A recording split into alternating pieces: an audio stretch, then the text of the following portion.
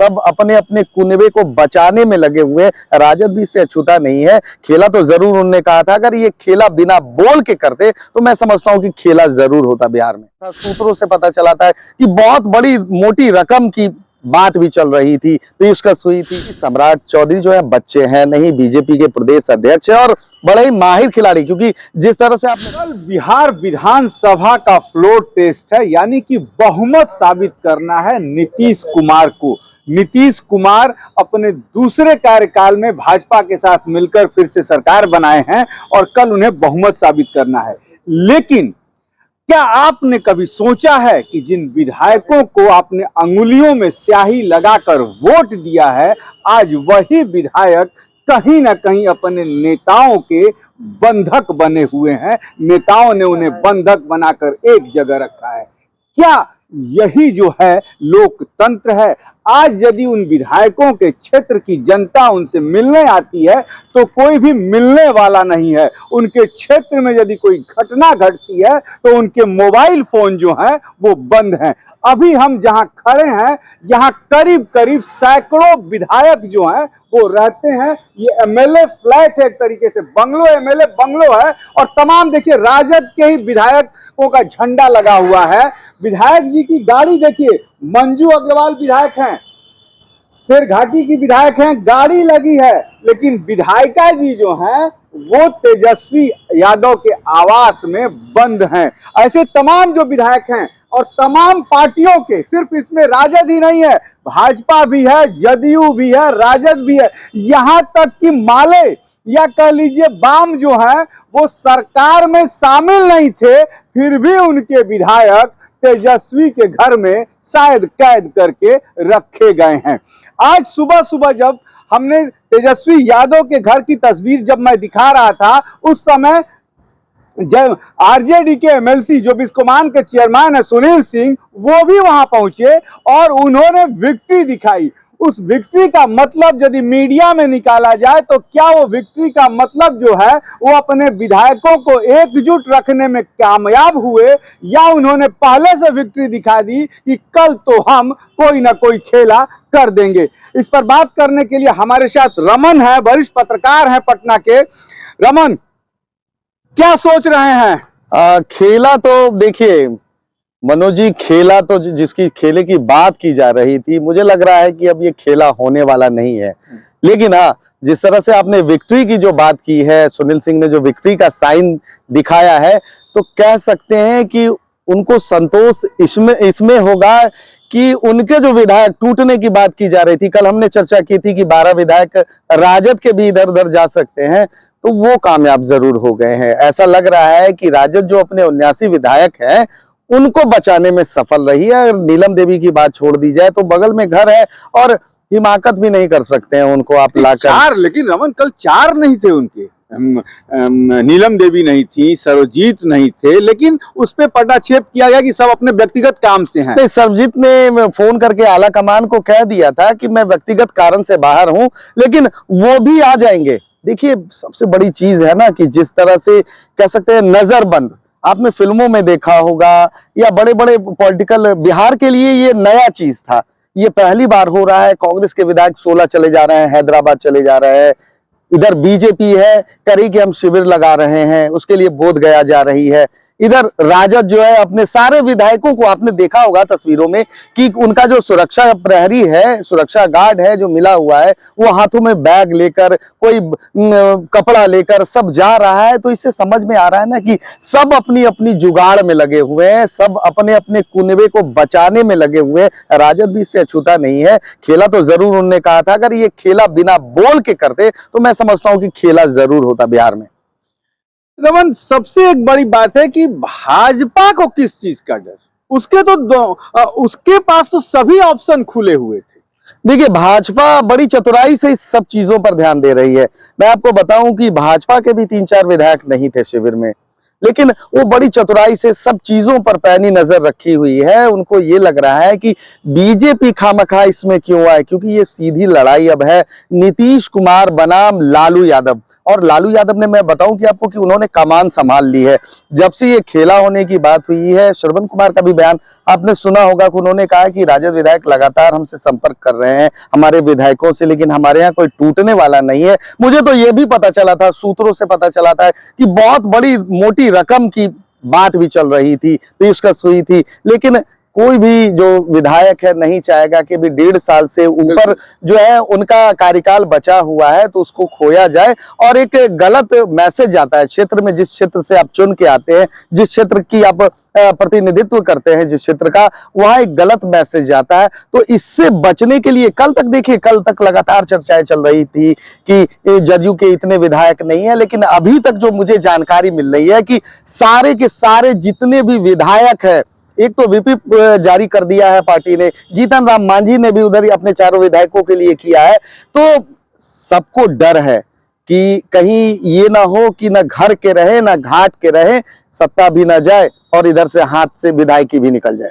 रमन, हम लोग बीजेपी की बात कर रहे थे, जो हुआ, मैं कह रहा था कि दोनों हाथ में लड्डू है। यदि जो आपने कहा भी कि नीतीश और राजद की ये लड़ाई है, यदि सरकार जाती भी है या जाती, अब तो एकदम आंकड़े क्लियर है, आपने कल भी बताया, हम लोग बहस कर रहे थे तो, और आज भी, लेकिन बीजेपी किसमें ज्यादा इंटरेस्टेड होती? क्या सरकार चली जाती तो बीजेपी को ज्यादा फायदा होता? देखिए, दोनों हाथ में, आपने बताया ना कि दोनों हाथ में, अगर सरकार जाती भी है तो बीजेपी को इससे कोई बड़ा नुकसान होने वाला नहीं है, क्योंकि मुझे लगता है मध्यावधि चुनाव होंगे और लोकसभा के साथ ही चुनाव होंगे, तो जो राम राज्य की बात और जो राम राज्य की चर्चा लेकर जो बीजेपी आई है इस बार चुनाव में, तो उसका फायदा जरूर होता। लेकिन अगर नहीं भी आते हैं, अगर मान लीजिए सरकार बच जाती है, तो मुझे वो बराबर है कि वो बयान सम्राट चौधरी का याद आता है कि हमने एनडीए में नीतीश कुमार को तो जरूर शामिल किया है, लेकिन 2025 में बीजेपी की पूर्ण बहुमत से सरकार बनेगी। ये देखिए बड़ा सवाल है, क्योंकि सम्राट चौधरी जो है बच्चे हैं नहीं, बीजेपी के प्रदेश अध्यक्ष है और बड़े ही माहिर खिलाड़ी, क्योंकि जिस तरह से आपने देखा कि उप मुख्यमंत्री पद का भी जो चर्चा चल रहा था, इन सब से हटकर जो सबसे चौंकाने वाले जो नाम थे वो सम्राट चौधरी का था, क्योंकि सम्राट चौधरी ने कहा था कि पगड़ी उसी दिन खुलेगी जिस दिन नीतीश कुमार को मैं सत्ता से उखाड़ कर फेंकूंगा। और उसके बाद जो दूसरा जो चौंकाने वाला जो नाम था वो विजय कुमार सिन्हा का था। तो आप इसी से अंदाजा लगा सकते हैं ना कि बीजेपी कौन सी राजनीति कर रही है, कौन सी। एक तरफ उन्होंने कुशवाहा वोटर, जो लवकुश समीकरण कहा जा रहा था, और एक चीज सबसे बड़ी बात है कि इसमें उपेंद्र कुशवाहा, जो अभी तक जो कुशवाहा समाज के सबसे बड़े नेता माने जाते थे, उनको उन्होंने पीछे कर दिया। सम्राट चौधरी ने उनको पीछे कर दिया। अब पूरे बिहार में अगर कुशवाहा का कोई नेता है तो वो सम्राट चौधरी है। वही अगर विजय कुमार सिन्हा की बात की जाए, एक तीर से 2 शिकार जो किए हैं बीजेपी ने। अगरी जाति, खासकर भूमिहार जाति जो नाराज चल रहे थे बीजेपी से, कहीं ना कहीं उनको फिर से अपने कुनबे में अपने साथ लाने का प्रयास किया है और सफल भी हुए हैं, क्योंकि जिस तरह से लगातार विजय कुमार सिन्हा जो दौरा कर रहे हैं अपने उन क्षेत्रों में, वहां बहुत ज्यादा जो भी भूमिहार बहुल क्षेत्र है, वहां पर उनकी आह्वानी के लिए लगभग हजारों लोग खड़े होते हैं, फूल मालाओं से उनका स्वागत कर रहे होते हैं। तो बीजेपी ने जो चाल चली है कि अगर नीतीश कुमार को हटाना है, कह सकते हैं ना कि लालू के कंधे पर बंदूक रखकर ये बीजेपी ने चाल चली है। लेकिन रमन, एक बात जो सर्वे में अब आना शुरू हो गई है कि बीजेपी को तो फायदा हो रहा है, वो दिखाया जा रहा है कि एनडीए को नुकसान होगा लेकिन बीजेपी को फायदा होगा। यानी कि यदि सीटें लोकसभा की बढ़ती हैं तो नीतीश कुमार को नुकसान हो रहा है, और नीतीश कुमार को नुकसान का मतलब रमन बीजेपी के सीटों पे असर पड़ेगा क्या?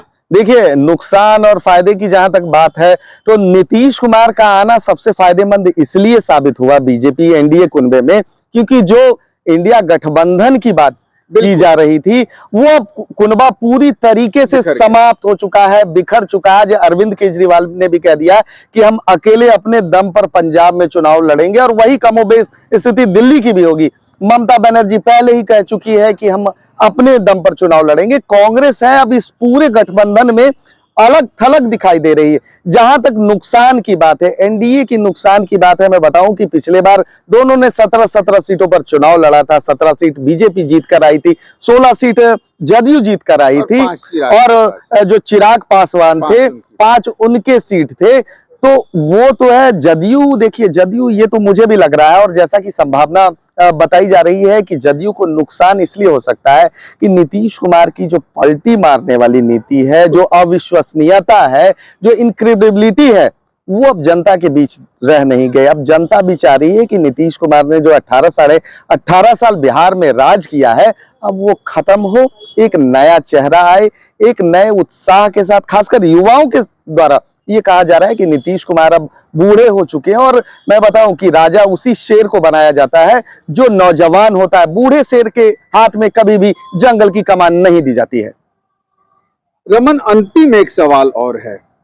आप देखे होंगे तमाम भाजपा एक तरीके से बिहार में और जो हिंदी पट्टी क्षेत्र है वहां आक्रामक हो रही है क्योंकि सीटें ज्यादा हैं, लेकिन मुद्दा जनता के विकास का नहीं रह रहा। मुद्दा, तमाम प्रेस कॉन्फ्रेंस आप भी देख रहे हैं, मैं भी देख रहा हूं, हर जगह प्रेस कॉन्फ्रेंस किसी भी मुद्दे पे हो, राम मंदिर और मोदी। क्या इस बार भी मोदी ही चुनाव का चेहरा होंगे या स्थानीय मुद्दे जो रमन छाए रहते हैं, गांव के मुद्दे कुछ अलग हैं, दिल्ली की चकाचौंध के मुद्दे कुछ अलग हैं। तो मुद्दों की राजनीति होगी ना चेहरे की राजनीति, देखिए, या मंदिर की राजनीति। देखिए सबसे बड़ी चीज है कि ना मुद्दे की राजनीति होगी, ना किसी विकास की राजनीति होगी।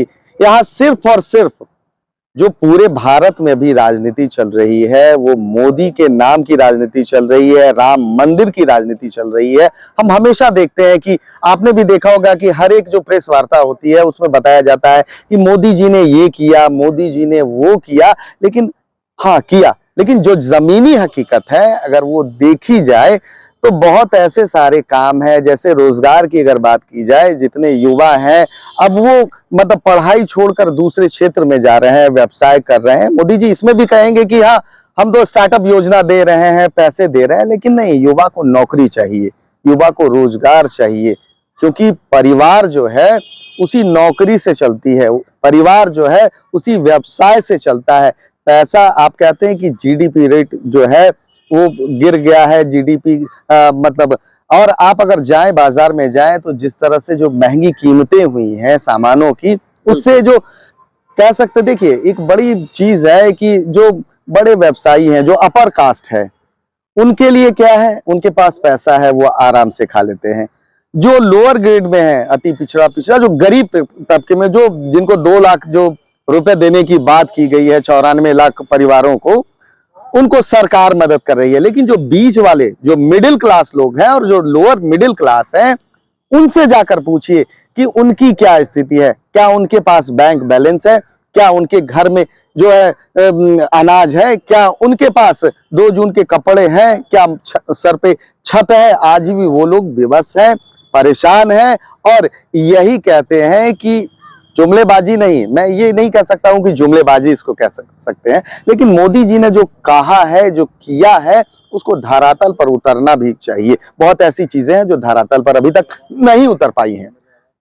कोई भी सरकार, जब कोई भी व्यक्ति सरकार चुनता है, चाहे वो अपने राज्य की सरकार हो या केंद्र की सरकार हो, तो जिसकी चर्चा अभी कुछ देर पहले ही रमन जी ने किया कि एक मध्यम वर्ग और निम्न मध्यम वर्ग जो है वो रोजगार, रोटी और मकान और उसके साथ स्वास्थ्य की चिंता करता है।